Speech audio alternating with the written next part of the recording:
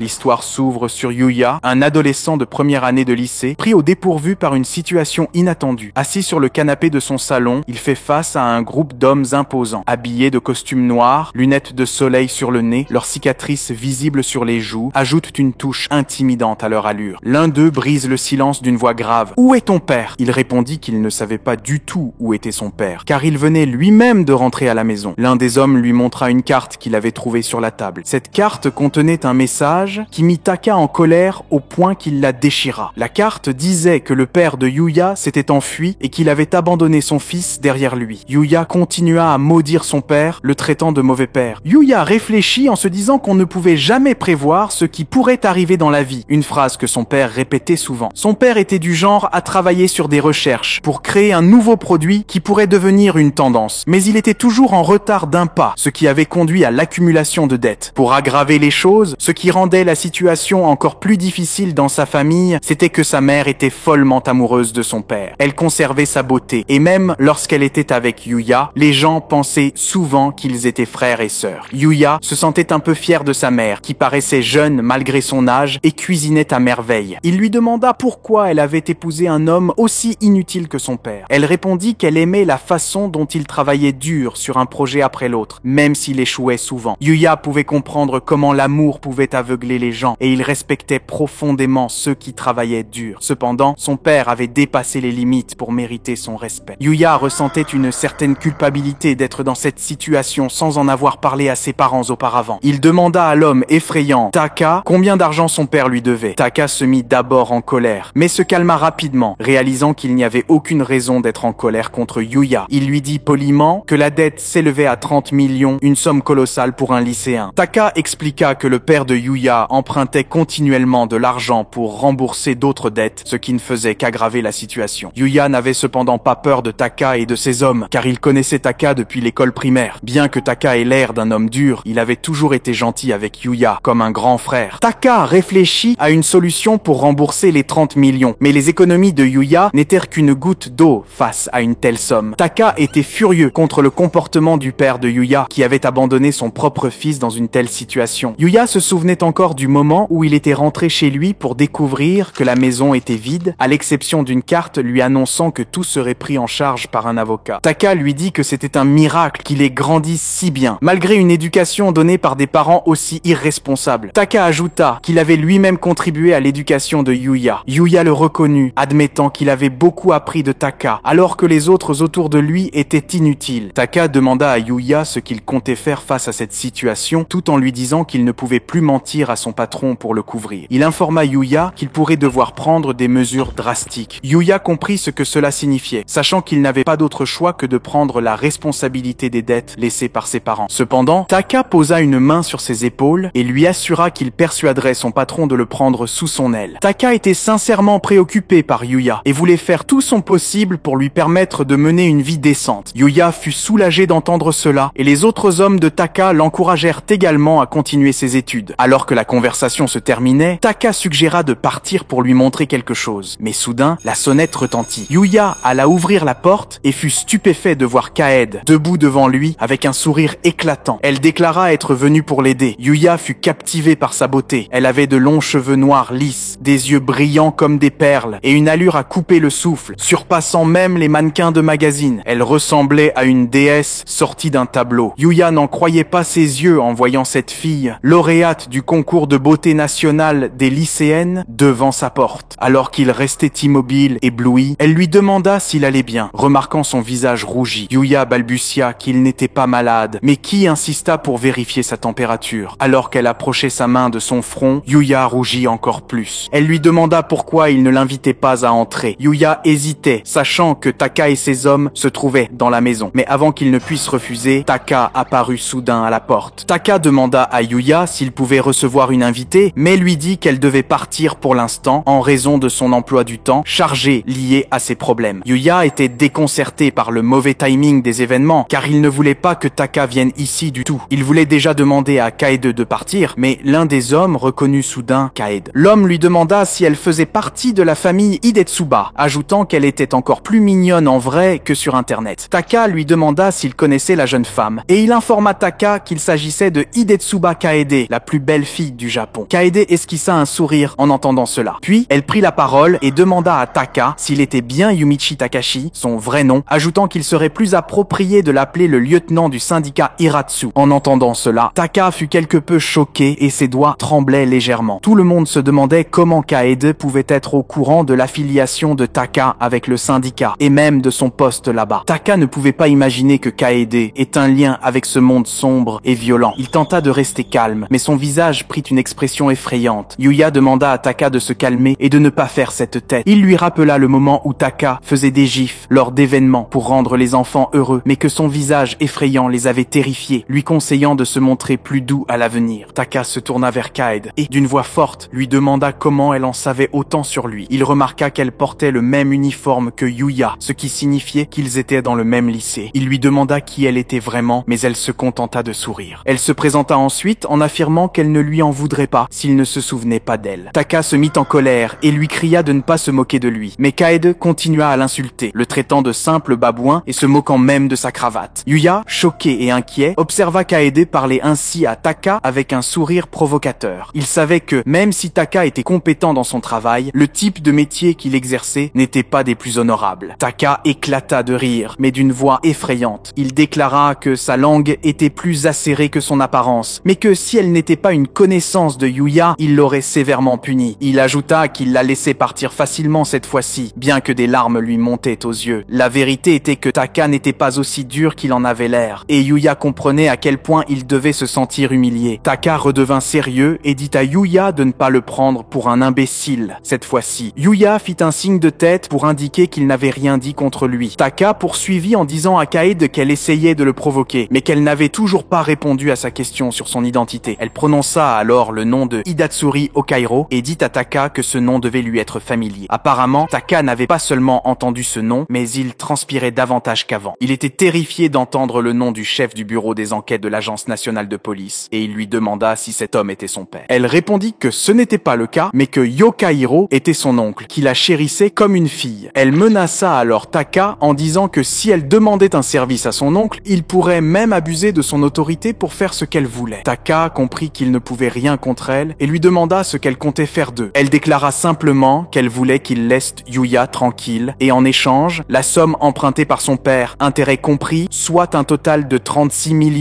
067 977 yens, lui serait transféré ultérieurement. Yuya fut surpris en entendant cela et la conversation révéla non seulement que l'oncle de Kaede était chef de la police, mais aussi qu'elle prévoyait de rembourser la dette de son père. Alors qu'il tentait encore de comprendre tout cela, une femme arriva derrière Kaede, lui disant de ne pas agir seule. Elle s'excusa poliment pour l'intrusion et se présenta comme Hidetsuba Sakurako, la mère de Kaede et également avocate. Dès son arrivée, elle s'adressa à Taka d'un ton tranchant, l'appelant par son poste et le mettant en garde contre les risques de son activité. Sakurako semblait calme et douce, mais son ton de voix était aussi tranchant qu'une épée et personne ne pouvait lui échapper. Yuya pouvait sentir la pression énorme que Taka devait ressentir. Contre toute attente, Taka déclara qu'il voulait seulement récupérer ce qu'ils avaient prêté et que celui qui s'est enfui à l'étranger sans rembourser était le père de Yuya. Il affirma qu'il n'avait pas d'autre choix que de faire travailler Yuya pour eux. Yuya fut surpris de voir que Taka reprenait rapidement son calme, mais réalisa que c'était surtout une façade pour masquer sa peur. Taka insista sur le fait que c'était une solution raisonnable pour eux. Sakurako intervint alors en lui disant qu'une telle logique n'existait pas et lui rappela que son activité de prêt était totalement illégale, ce qui signifiait qu'il n'avait même pas le droit de calculer des intérêts. Taka répliqua qu'il n'aurait jamais tenu dans ce métier s'il se laissait intimider par de tels avertissements. Il traita Sakurako de fichue avocate, incapable de lui faire quoi que ce soit, et la défia en lui demandant ce qu'elle comptait faire contre lui. Yuya pouvait voir que Taka se mettait lui-même dans une situation difficile, et il n'y avait aucun doute que son cœur devait battre à tout rompre tandis qu'il transpirait à grosses gouttes. Sakurako prit alors la parole d'une manière adorable, disant des phrases dramatiques comme « Mon papa était l'homme le plus cool de tout le Japon ». Elle taquina Taka en disant cela, car c'était exactement ce que sa fille lui disait chaque jour, tout en l'appelant mignon. Elle continua en expliquant comment sa fille racontait que son papa donnait le meilleur de lui-même au travail chaque jour pour le bien de sa maman et d'elle-même, car il partait tôt le matin et rentrait tard le soir. Mais il prenait toujours le temps de lui dire au revoir et de lui donner un bisou de bonne nuit sur la joue et un baiser sur les lèvres à sa maman. Taka resta sans voix en voyant à quel point Sakurako Sakurako était précise et surtout comment elle avait pu apprendre cela. Sakurako le taquina davantage en disant qu'il était audacieux de faire de telles choses devant une élève de première année. Elle se demanda ce que sa fille penserait, en grandissant, si Taka continuait à embrasser sa femme devant elle. Même si ses paroles semblaient pleines de sollicitude, on pouvait sentir une menace sous-jacente. Taka réalisa qu'il ne pouvait rien faire contre elle, tandis qu'elle pouvait tout faire. Yuya fut également choquée de voir Taka baisser la tête, vaincu, ce qui lui fit comprendre que ce duo mère-fille était vraiment intimidant. Sakurako avertit ensuite Taka en lui rappelant qu'il avait dit à sa femme qu'il n'était qu'un simple salarié. Taka rétorqua que cette affaire n'avait rien à voir avec sa femme ou sa fille, ce à quoi Sakurako répondit que c'était exactement ce qu'elle voulait dire. Et de la même manière, Yuya n'avait rien à voir avec les dettes de son père et ne devait pas être tenu responsable de les rembourser. Yuya ne connaissait pas grand-chose au droit, mais il avait le sentiment que si ses parents causaient des problèmes à Taka et aux autres, alors en tant que fils, il devait faire ce qu'il voulait. En dehors de cela, Taka avait toujours été très attentionné envers lui, comme un grand frère. Puis Sakurako intervint en disant que si la dette n'était pas payée par Yuya, cela risquerait de poser problème à Taka ou à son patron. C'est pourquoi elle sortit des papiers pour conclure un accord avec eux. Taka prit les papiers et les lut, choqué par leur contenu. Taka lui demanda si elle avait toute sa tête et ce qu'elle avait exactement en tête. Il lui demanda si elle était vraiment avocate, ce à quoi elle répondit qu'elle l'était, mais qu'elle n'était qu'une avocate ordinaire, bien que son employeur soit riche. Taka était un peu confus, mais finit par accepter sa proposition et mit fin à l'affaire. Il promit qu'il ne s'en prendrait plus jamais à Yuya, ce que Yuya ne comprenait pas, ni pourquoi les papiers étaient suffisants pour rembourser une dette aussi énorme. Cela le laissa perplexe. Sakurako confirma alors que la dette du père de Yuya était entièrement remboursée et traita son père d'idiot pour ce qu'il avait fait. Yuya se demanda si elle connaissait son père puisqu'elle parlait de lui avec tant de désinvolture. Taka confirma également à Yuya que la dette était réglée, ce qui le réjouit, car Yuya pouvait maintenant mener une vie droite et honnête, comme il le souhaitait pour lui. Yuya ne comprenait pas ce que Taka voulait dire, ni où cette conversation menait. Ensuite, Kaede s'approcha et lui prit les mains avec un sourire. Il était troublé par sa proximité, et elle lui dit qu'il pouvait maintenant se détendre et qu'elle lui expliquerait tout. Elle l'assura que tout irait bien et qu'il n'aurait plus de problème. Les yeux de Yuya se remplirent de soulagement, mais il remarqua que Kaede tremblait légèrement. Sakurako mentionna alors qu'il devait maintenant accompagner les deux jusqu'à Taka et demanda à Taka s'il souhaitait prendre le thé avec elle en tant que membre du groupe des victimes du père de Yuya. Taka refusa, disant que cela n'apporterait que des ennuis s'il s'impliquait davantage avec eux. Il demanda également à ses hommes de partir, et avant de partir, il déclara à Yuya que leur relation était désormais terminée et qu'il doutait qu'ils se revoient un jour. Il lui demanda de prendre soin de lui, mais Yuya savait où vivait Taka. Il avait appris cela grâce à la femme de Taka, qui lui avait dit qu'il pouvait revenir à tout moment pour voir Rika, la fille de Taka, donc il pourrait toujours le rencontrer. Maintenant que tout était réglé, Sakurako laissa également le reste à Kaede. Elle remercia sa mère, et Sakurako s'excusa auprès de Yuya pour l'avoir effrayé ainsi. Elle lui dit que les choses ne seraient plus comme avant, mais qu'il pourrait tout de même vivre une vie normale de lycéen. Après son départ, ils se retrouvèrent seuls, et Yuya demanda à Kaede ce qui n'allait pas, car elle tremblait beaucoup. Il lui demanda si elle allait bien, mais elle prétendit qu'elle ne tremblait pas du tout. Elle affirma que ce n'était sûrement pas parce qu'elle s'était retrouvée face à ces hommes effrayants et qu'elle s'était agitée plus que nécessaire pour qu'ils ne le remarquent pas. Elle parla beaucoup, et Yuya comprit que Kaede avait sûrement eu peur de Taka. Il lui prit doucement les mains et lui dit qu'il allait lui préparer un thé pendant qu'elle pouvait se reposer un peu dans le salon et lui raconter toute l'histoire plus tard. Elle accepta et décida de tout lui expliquer correctement. Elle lui dit que la dette laissée par ses parents avait été remboursée, mais qu'il y avait une condition. Yuya devait vivre avec elle à partir de maintenant. Elle dit cela avec un sourire éclatant, tandis que Yuya était choqué, encore plus par le fait qu'il allait vivre avec elle. Il était terrifié à l'idée que tous les garçons du lycée, ainsi que tous ses fans à travers le Japon, le tueraient sûrement pour cela. Elle déclara qu'elle allait tout lui expliquer, et ils se rendirent dans le salon. Elle lui demanda de la suivre avec un sourire radieux et un visage légèrement rougi. Yuya se sentit heureux d'entendre Kaede prononcer son nom avec un sourire semblable à celui d'une déesse. Presque parfait en tout point, assez pour captiver n'importe qui. Mais la seule chose qui clochait chez elle à ce moment-là était que ses jambes tremblaient encore de peur. Ensuite, ils se rendirent dans le salon pour discuter, et elle lui déclara qu'elle allait maintenant lui expliquer la situation dans laquelle il se trouvait. Elle dit que cela pouvait se résumer en quelques mots. Il était désormais sa propriété. Elle affirma que c'était tout ce qu'il y avait à savoir, avec une expression innocente sur son visage. Cependant, en entendant cela, Yuya ne pouvait pas croire qu'il s'agissait réellement d'une explication. Elle pensa qu'une longue explication serait inutile, alors elle essaya essaya de garder les choses courtes et simples. Mais Yuya lui dit que cela ne fonctionnait pas, qu'il avait besoin de plus d'explications sur le moment où il était devenu sa propriété. Il lui demanda de ne pas le traiter comme un animal de compagnie qu'elle venait d'acheter et insista pour qu'elle explique correctement. Elle lui répondit qu'il serait son animal de compagnie à partir de maintenant et elle sembla apprécier l'idée. Yuya comprit alors qu'elle n'avait aucune intention de lui expliquer quoi que ce soit, malgré ce qu'elle disait. Elle riait doucement, rougissant, comme si elle se perdait dans ses propres fantasmes. Malgré cela, elle restait incroyablement jolie, ce qu'il trouvait presque illégal. Elle lui demanda ensuite de ne pas boire son thé si bruyamment et s'excusa de s'amuser un peu trop avec lui. Puis, elle continua à lui expliquer pourquoi il était devenu sa propriété. C'était évidemment à cause de son père qui était venu supplier sa mère en larmes. Il l'avait fait parce qu'ils se connaissaient depuis longtemps, ayant fréquenté les mêmes écoles primaires, collèges et lycées, comme des amis inséparables. Kaede raconta qu'elle avait entendu des rumeurs sur le fait que son père était inutile, mais qu'après leur diplôme de lycée, il n'avait plus eu de contact. Puis, il y a un mois, il avait soudainement contacté sa mère pour lui demander de l'aider. Au début, sa mère voulait refuser, car peu importe la force de leur amitié, les ennuis dans lesquels il s'était mis étaient de son propre fait. Sakurako, la mère de Kaede, lui avait dit que la mère de Yuya, qui avait toujours soutenu son père, était tout aussi coupable. Yuya ne comprenait pas ce que son père avait en tête, mais il était sûr que lorsqu'il reviendrait de l'étranger, il voudrait lui donner une bonne leçon. Cependant, son père avait pleuré et supplié Sakurako de sauver au moins son fils. Cela avait ému Kaede, qui poursuivit en expliquant que son père avait dit que Yuya n'avait rien fait de mal et qu'il avait beaucoup de potentiel, ne voulant pas que son avenir soit détruit. Yuya pouvait comprendre la situation, mais il se demandait pourquoi Sakurako avait décidé d'aider son père, car cela ne semblait pas justifié. Kaede répondit que la raison était qu'elle avait elle-même demandé à sa mère de le faire. Cela fit battre le cœur de Yuya plus fort et le rendit nerveux. Il lui demanda en quoi cela était lié à l'aide apportée à son père, car il s'agissait tout de même de la dette de quelqu'un d'autre. Kaede lui expliqua qu'elle avait toujours été une fille honnête et obéissante et que cette demande était la première chose égoïste qu'elle avait jamais demandé à ses parents. Sa famille, enchantée par cette demande, avait même organisé une célébration. Yuya était abasourdi par le fait qu'elle se qualifiait elle-même de fille honnête et gentille et ignorait cet aspect. Il se dit que sa famille devait manquer de bon sens pour se réjouir d'un acte aussi égoïste. Puis Kaede l'informa qu'elle avait en fait deux requêtes égoïstes. La première était d'aider Yuya parce qu'il n'avait rien fait de mal. Elle ne se souciait pas de ses parents, mais ne pouvait pas ignorer ses souffrances. Ensuite, Kaede lui parla de la deuxième requête, qu'il devienne sa propriété. C'était sa demande la plus égoïste, et peu importait ce qu'il en pensait. Elle déclara qu'elle voulait vivre avec lui. Yuya, surpris par cette révélation, comprenait encore moins la situation. Il lui dit que cela dépassait l'égoïsme et ressemblait à une demande en mariage ou à une déclaration d'amour. Un peu nerveuse, Kaede réussit à lui faire savoir qu'elle voulait être avec lui, avec une expression adorable. Yuya trouva injuste qu'elle lui dise ces choses d'une manière si mignonne, comme une déesse, ce qui aurait fait craquer n'importe quel homme. Kaede continua alors son explication. Son père avait préparé un chèque pendant que sa mère contactait le père de Yuya pour régler certains papiers. Yuya ouvrit les documents et découvrit une promesse écrite stipulant que ses parents avaient approuvé qu'il vive avec Kaede et qu'il soit adopté dans la famille Hidetsuba lorsqu'il atteindrait 18 ans et obtiendrait son diplôme. En outre, après le début de cette cohabitation, monsieur et madame Yoshizumi seraient définitivement bannis de tout contact avec leur fils. Yuya devint livide en lisant cela et s'exclama « Qu'est-ce qui vient de m'arriver ?» Yuya allait désormais non seulement vivre avec Kaede, mais après son diplôme, il se marierait et il serait adopté dans sa famille. Il n'arrivait pas à croire que ses parents aient approuvé cela, mais le fait qu'ils aient déjà signé les documents montrait clairement leur réponse favorable. Il pouvait même deviner à quel point sa mère devait être contente, ce qui le faisait se sentir mal. Kaede le rassura en lui disant de ne pas s'inquiéter car elle comptait subvenir à ses besoins. Mais comme elle savait qu'il avait un bon cœur, elle se doutait qu'il se sentirait mal de la laisser prendre soin de lui. Elle lui expliqua donc qu'une fois adopté dans la famille Hidetsuba, il travaillerait aux côtés de son père et finirait par devenir président du groupe Hidetsuba, ce qui avait été convenu à l'avance. Il ne comprenait pas ce qui se passait avec ce parent et cet enfant. Ses propres parents étaient une chose, mais la famille Hidetsuba était d'un tout autre niveau. Il ne l'avait même pas rencontré avant et avait déjà accepté qu'il épouse leur fille unique et qu'il devienne leur futur président. Peu importe comment il y réfléchissait, c'était époustouflant à imaginer. Kaede confirma à nouveau que ses parents avaient déjà donné leur approbation, donc il n'avait plus le droit de refuser. Elle lui rappela que s'il essayait de refuser, il pouvait imaginer ce qui lui arriverait. Et il avait quelques idées générales, comme devenir un employé esclave du groupe Hidetsuba ou être envoyé dans un endroit souterrain, comme dans le monde de certains mangas, où il ne verrait plus jamais la lumière du jour jusqu'à sa mort. Elle lui dit qu'il avait une bonne intuition et que s'il avait vraiment refusé, il aurait peut-être été son majordome pour le reste de sa vie. Et si cela arrivait, toute idée de la toucher ou de faire des choses coquines avec elle serait exclue. Non seulement cela, mais elle lui ferait vivre un enfer où il ne pourrait même pas la toucher, même si elle se montrait vulnérable devant lui. Yuya pouvait voir où elle voulait en venir, et il comprit que ce serait un enfer d'un tout autre genre. Il n'aurait jamais imaginé entendre Kaede dire des choses aussi audacieuses. Peu importe ce qu'elle disait, il voyait clairement qu'elle se forçait, vu à quel point elle rougissait. Il imagina un amour interdit avec elle, ce qui, selon lui, n'avait pas l'air si mal, alors que son imagination devenait un peu folle. Elle lui dit que cela n'arriverait pas et qu'elle ne permettrait pas une relation d'amour interdit, se sentant embarrassée par tout cela. Kaede lui déclara qu'elle voulait juste un amour pur, meilleur que tout autre, et lui demanda s'il ne voudrait pas proclamer son amour fièrement. Il était émerveillé par sa mignonnerie, même si Kaede au lycée était connue comme une beauté impeccable, semblable à une fleur inaccessible au sommet d'une montagne, la voir ainsi était complètement différent. Pour Yuya, elle était simplement adorable et innocente, ce qui pouvait bien être sa véritable nature. Il réalisa alors qu'il faisait partie des rares personnes à connaître la vraie Kaede. Son cœur battait plus vite, et il déclara qu'il comprenait tout. Il décida d'accepter la proposition, admettant que ce n'était pas comme s'il voulait refuser, car cette opportunité semblait être un cadeau divin. Il allait vivre avec Kaede, ce qui était un rêve. Il buvait du thé tout en se sentant nerveux après avoir pris cette décision. Il pensa que ce serait bien de vivre et d'épouser une beauté transcendante comme elle, et en plus, devenir président de l'entreprise était un bonus. Il essaya de nier qu'il se sentait seul, mais elle vit clairement sur son visage que ce n'était pas le cas. Elle lui demanda s'il avait mal quelque part, ce à quoi il répondit que non. Elle insista en lui demandant pourquoi, dans ce cas, il pleurait en ce moment. Il trouva étrange de ressentir l'envie de pleurer, même après avoir été libéré de ses stupides parents. Pourtant, ses larmes ne s'arrêtaient pas. Il avait l'impression que sa poitrine allait exploser et essayait de comprendre pourquoi il pleurait ainsi. Kaede le prit dans ses bras et lui dit que c'était normal qu'il ressente cela. Elle lui assura qu'elle était là pour lui maintenant et qu'elle serait toujours à ses côtés. Yuya, se sentant faible, réalisa que même si ses problèmes étaient résolus, cela ne changeait rien au fait qu'il avait été abandonné ainsi. Il la serra dans ses bras et pleura. Yuya posa sa tête sur l'épaule de Kaede, qui resta ainsi pour le réconforter. Elle lui dit que c'était normal de se sentir seul, étant donné qu'il se retrouvait soudainement sans personne. Mais elle lui donna de l'espoir pour un avenir radieux, lui disant qu'il devrait être tout aussi heureux à partir de maintenant. Une fois qu'il cessa de pleurer, elle lui demanda, une fois calmé, d'aller faire ses valises, car leur maison allait être démolie. Il fut choqué d'apprendre que sa maison allait disparaître comme ça. Une fois le terrain dégagé, la maison serait reconstruite et mise en location, devenant ainsi une source de revenus pour eux deux. Elle poursuivit en lui expliquant que leur nid d'amour était déjà préparé à l'avance. Puisque le lendemain était un week-end sans école, ils iraient simplement faire du shopping ensemble. Yuya n'arrivait pas à suivre tout ce qu'elle lui disait. Alors qu'il essuyait ses larmes, il était un peu troublé à l'idée qu'il pourrait avoir hérité des traits de caractère désespérés de son père, car il venait de prendre une décision qui changerait sa vie sur un coup de tête. Kaede lui parla alors de Hiratsuba Electrical Appliance, une entreprise qui allait célébrer son 100e anniversaire. C'était une entreprise si grande que le Japon en était fier à travers le monde. Elle ne fabriquait pas seulement des appareils ménagers, mais s'était aussi diversifiée dans des domaines comme les services de rénovation, les véhicules électriques et le développement d'infrastructures. Leur activité continuait de s'étendre à l'échelle mondiale en faisant une entreprise leader très distinguée. Son père, Hiratsuba Kazuhiro, était la 4e génération à diriger l'entreprise. Bien qu'il s'agisse d'un système héréditaire à l'ancienne, il disait souvent qu'il fallait surmonter toutes les difficultés grâce à des efforts constants. Kaede lui expliqua que Yuya suivrait les traces de son père. Elle lui dit de se préparer, bien que pour lui, cela ressemblait à une condamnation à mort. Il comprenait que, dans la société, il fallait être assidu chaque jour. Mais il n'arrivait pas à croire qu'on puisse dire à un élève de première année de lycée de travailler dur pour devenir président d'une des entreprises les plus prestigieuses, avec des dizaines de milliers d'employés. Kaede déclara qu'il comprendrait peut-être mieux une fois à l'université. Elle suggéra une université publique pour éviter une privée. Yuya lui répondit qu'il ne pourrait pas travailler au sein de l'entreprise s'il allait à l'université. Elle lui demanda s'il comptait perdre son temps dans un petit boulot ou un cercle d'activités alors qu'il pourrait passer ce temps à apprendre auprès de son père. Ces paroles tranchantes le piquèrent et il savait que Kaede avait déjà beaucoup d'illusions à son sujet. Elle lui attrapa sa cravate et lui dit de se concentrer sur elle. Elle savait déjà qu'il était un travailleur acharné et lui promit que, peu importe ses préférences uniques, elle ferait de son mieux pour répondre à ses attentes. Elle s'approcha pour lui dire qu'il ne devait jamais être avec d'autres filles. Il avait l'impression qu'il allait s'effondrer effondré en ayant une telle beauté si proche de lui et elle lui fit un clin d'œil. Il accepta tout ce qu'elle disait et lui demanda pourquoi elle voulait l'aider alors qu'ils ne se connaissaient pas vraiment. Elle admit qu'ils s'étaient à peine parlé à l'école mais qu'elle l'observait depuis très longtemps. Yuya fut étonnée d'entendre cela. Kaede poursuivit en lui racontant qu'elle l'avait vu s'entraîner au football après l'école. Le football était un sport qu'il pratiquait depuis son enfance. Un jour d'été, alors qu'elle passait par hasard, ses yeux s'étaient opposés sur lui, s'entraînant avec acharnement malgré le coucher du soleil, alors que tout le monde était déjà rentré. Elle continua de l'observer jour après jour, le voyant frapper le ballon avec une expression de détermination à ne jamais abandonner. Ce visage, il ne le montrait que pendant ses entraînements. En le voyant ainsi, elle pensa qu'il était une personne différente d'elle, capable de mettre tout son cœur dans quelque chose. Et, avant qu'elle ne s'en rende compte, elle était tombée amoureuse de lui. Depuis ce jour, elle n'avait cessé de le soutenir, priant pour que ses efforts soient récompensés. Mais ses prières n'avaient pas porté leurs fruits, car ses efforts n'avaient pas été récompensés. Yuya se souvenait tristement de son rêve de participer au national, mais son équipe avait été éliminée au 3e tour du tournoi régional. Malgré cette défaite, Kaede trouva encore plus fascinant qu'il n'ait pas perdu espoir. Dès le lendemain, il s'entraînait à nouveau, seul, comme d'habitude. Même si elle pensait qu'il allait se reposer ou arrêter, il avait continué à travailler dur. Elle aimait qu'il ne cède pas au désespoir et qu'il ait un cœur fort, prouvant à ses yeux à quel point il était incroyable. Elle lui avoua que son cœur s'était attaché à lui. Yuya se sentit un peu coupable de lui dire qu'il n'était pas aussi extraordinaire qu'elle le pensait. Mais Kaede lui répondit que, peu importe ce qu'il disait, elle était déjà tombée amoureuse de sa façon de mettre tout son cœur dans ce qu'il faisait.